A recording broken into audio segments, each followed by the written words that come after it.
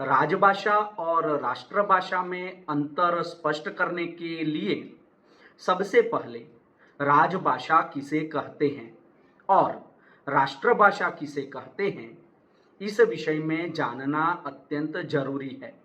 तो राजभाषा एवं राष्ट्रभाषा अर्थात ऑफिशियल लैंग्वेज और नेशनल लैंग्वेज के बीच के अंतर को स्पष्ट करने से पहले उन दोनों के विषय में जानने का यत्न करेंगे। अगर आप इस व्याख्यान के अंत तक बने रहते हैं तो आप राजभाषा क्या है, राष्ट्रभाषा क्या है, राजभाषा और राष्ट्रभाषा की विशेषताएं क्या-क्या है और दोनों में क्या अंतर है तथा भारत की राष्ट्रभाषा कौन सी है, उसके विषय में जान पाएंगे।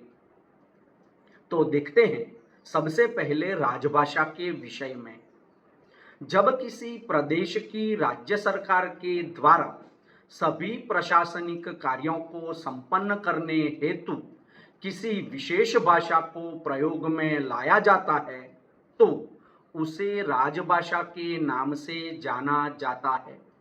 राजभाषा मुख्य रूप से वह भाषा होती है जो संपूर्ण प्रदेश के अधिकतर जनसमुदाय या लोगों के बीच बोली या समझी जाती है।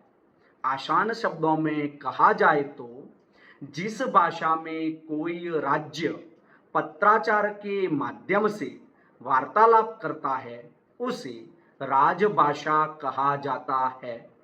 राजभाषा का शाब्दिक अर्थ राजकाज की भाषा होता है। यह वह भाषा होती है जिसमें देश के सभी राजकीय कार्यों को संपादित किया जाता है। यह किसी देश या राज्य की आधिकारिक भाषा कहलाती है। देश के समस्त राजकीय एवं प्रशासनिक कार्य राजभाषा में ही प्रयुक्त किए जाते हैं। प्राचीन काल में राजभाषा को दरबारी भाषा के नाम से जाना जाता था। केंद्र सरकार ने राजभाषा के एक निश्चित मानक एवं स्वरूप को निर्धारित किया है जिसके साथ किसी भी प्रकार का बदलाव नहीं किया जा सकता।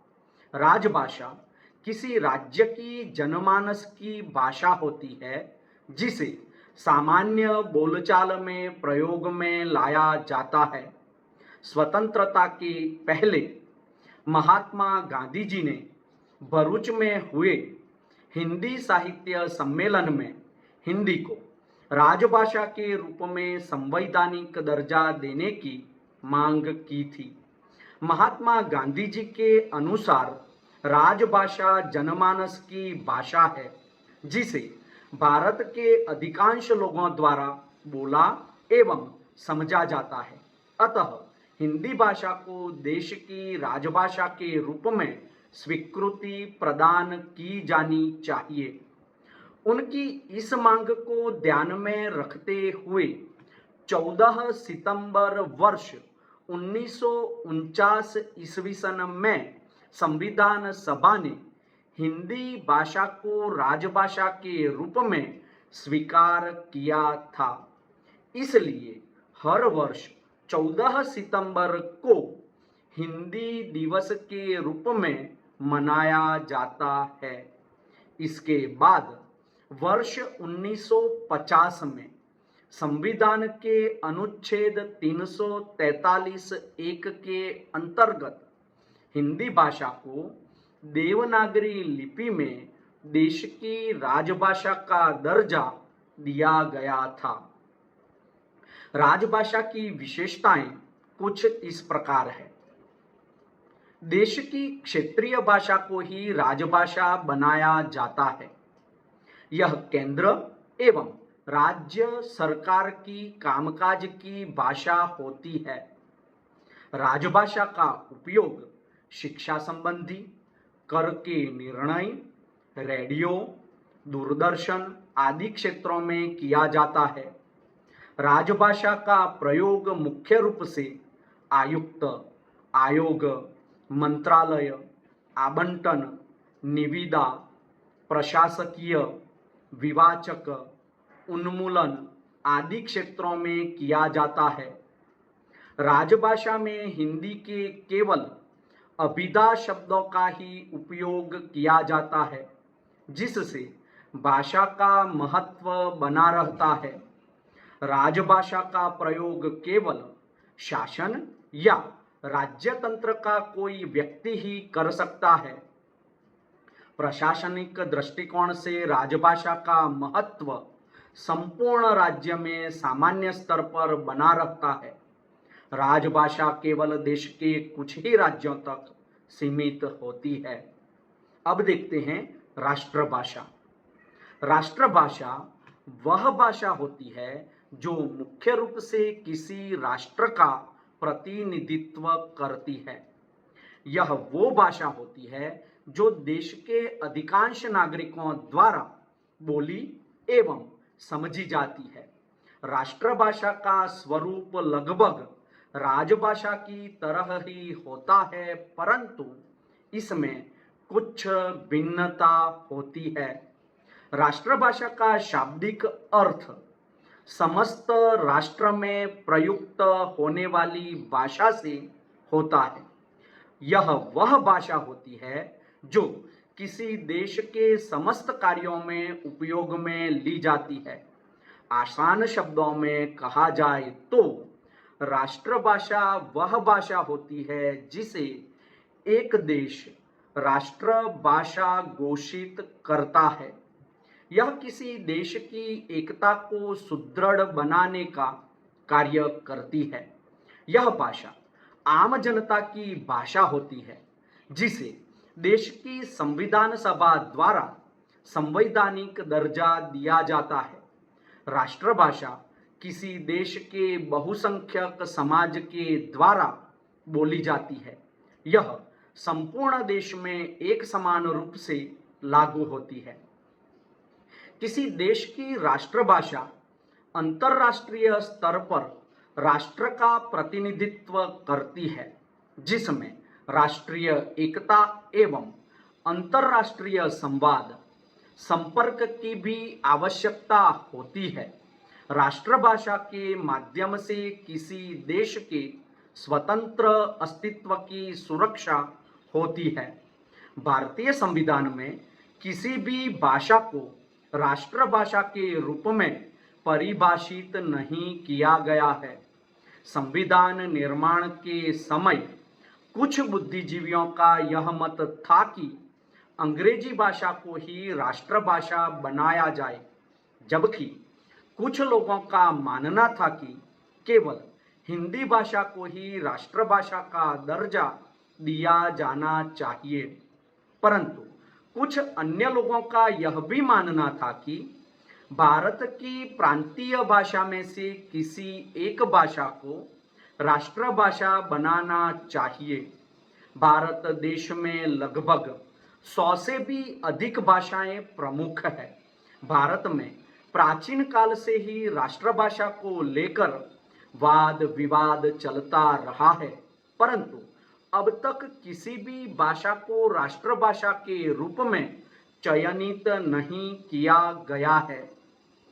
राष्ट्रभाषा की विशेषताएं कुछ इस प्रकार है। राष्ट्रभाषा मुख्य रूप से देश की जनता को प्रभावित करती है, क्योंकि यह आम जनता की बोलचाल की भाषा होती है। राष्ट्रभाषा को राजनीतिक संरक्षण प्राप्त होता है। किसी भी देश की राष्ट्रभाषा का संबंध उसके इतिहास, संस्कृति एवं साहित्य से होता है। राष्ट्रभाषा मुख्य रूप से शिक्षा, प्रशासन एवं देश के नागरिकों को प्रभावित करती है। किसी भी देश की राष्ट्रभाषा को एक संवैधानिक दर्जा प्राप्त होता है। राष्ट्रभाषा देश में शिक्षा एवं समाचार पत्रों की मुख्य भाषा होती है। राष्ट्रभाषा में सरलता का भाव होता है, जिसके कारण यह आसानी से सीखी एवं समझी जा सकती है। राष्ट्रभाषा की लिपि वैज्ञानिक होती है। अब देखते हैं राजभाषा और राष्ट्रभाषा में अंतर। राष्ट्रभाषा और राजभाषा प्रयोग की दृष्टि से भाषा की दो महत्वपूर्ण अवधारणाएं हैं। सामान्यतः किसी भी देश में एक ही भाषा राष्ट्रभाषा तथा राजभाषा होती है। जैसे इंग्लैंड में अंग्रेजी, फ्रांस में फ्रेंच, जापान में जापानी तथा पाकिस्तान में उर्दू आदि। सामान्य दृष्टि से कहा जा सकता है कि राष्ट्रभाषा वह भाषा है जिसे किसी राष्ट्र के निवासियों द्वारा जीवन के सभी संदर्भों में स्वाभाविक रूप से प्रयोग में ली जाती है, जबकि राजभाषा वह भाषा है जिसका प्रयोग सरकारी कामकाज के लिए किया जाता है। इन दोनों में प्रमुख अंतर इस प्रकार है। एक, राजभाषा सरकारी अधिकारियों कर्मचारियों द्वारा कार्यालयीन कामकाज के लिए प्रयोग की जाती है। राष्ट्रभाषा राष्ट्र की जनता के द्वारा साधारण भाषा अर्थात जनभाषा के रूप में प्रयोग की जाती है। इसका सभी व्यक्ति आपसी बातचीत, विचार विमर्श तथा लोक व्यवहार में प्रयोग करते हैं। राजभाषा का शब्द भंडार पारिभाषिक, औपचारिक तथा निश्चयात्मक होता है। निश्चित अवधारणाओं के लिए उसमें निश्चित शब्दों का प्रयोग किया जाता है। राष्ट्रभाषा का शब्द भंडार अनौपचारिक, गैर पारिभाषिक तथा अनिश्चित होता है।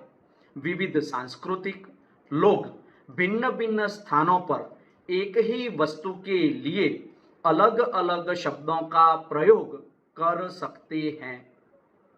राजभाषा राजकाज के कार्यों जैसे सरकारी पत्र, कार्यालय आदेश, शासनादेश, परिपत्र, अधिसूचना, पृष्ठांकन इत्यादि के व्यवहार में प्रयुक्त होती है। किसी देश का सांस्कृतिक जीवन धार्मिक सामाजिक उत्सवों, तीज त्योहारों तथा हाट बाजारों में राष्ट्रभाषा ही अभिव्यक्त होती है। तात्पर्य यह है कि राजभाषा किसी राज्य की विशेष भाषा होती है जिसमें सभी शासकीय कार्य एवं पत्राचार किया जाता है, जबकि राष्ट्रभाषा संपूर्ण राष्ट्र की भाषा होती है जिसे अनिवार्य रूप से पूरे देश में अपनाया जाता है। राजभाषा किसी दूसरे देश की भाषा हो सकती है। जैसे ब्रिटिश शासन के समय भारत सरकार की राजभाषा अंग्रेजी रही। राष्ट्रभाषा किसी भी विदेशी भाषा नहीं हो सकती, वह राष्ट्र की अपनी जनभाषा ही होती है। अर्थात राजभाषा किसी देश की वैकल्पिक भाषा भी हो सकती है, परंतु राष्ट्रभाषा अनौपचारिक भाषा होती है जिसका कोई अन्य विकल्प नहीं होता है।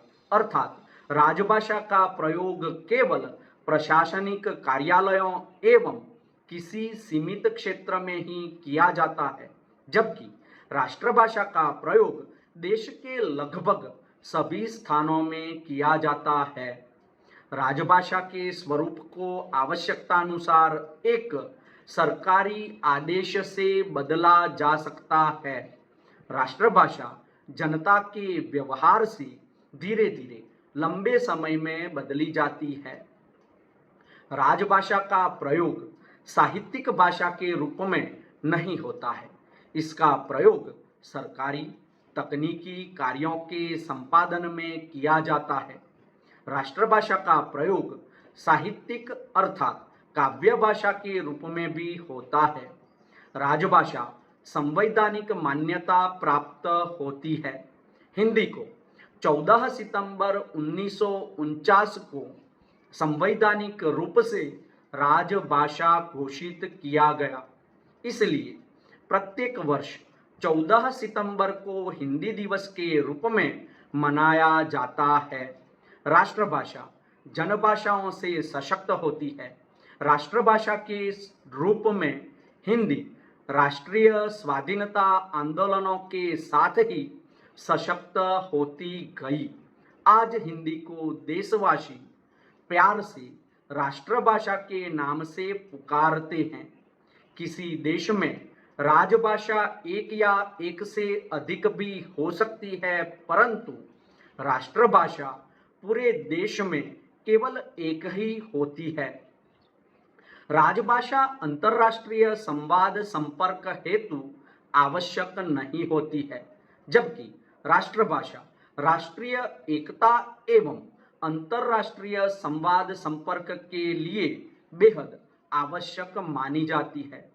राजभाषा का चुनाव राष्ट्रीय प्रतीक के रूप में नहीं किया जा सकता, जबकि राष्ट्रभाषा का चुनाव राष्ट्रीय प्रतीक के रूप में किया जा सकता है।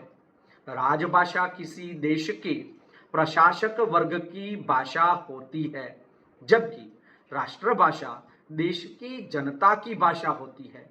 राजभाषा का क्षेत्र सीमित होता है, परंतु राष्ट्रभाषा का क्षेत्र असीमित होता है। प्रश्न यह उठता है कि हिंदी राष्ट्रभाषा है या राजभाषा?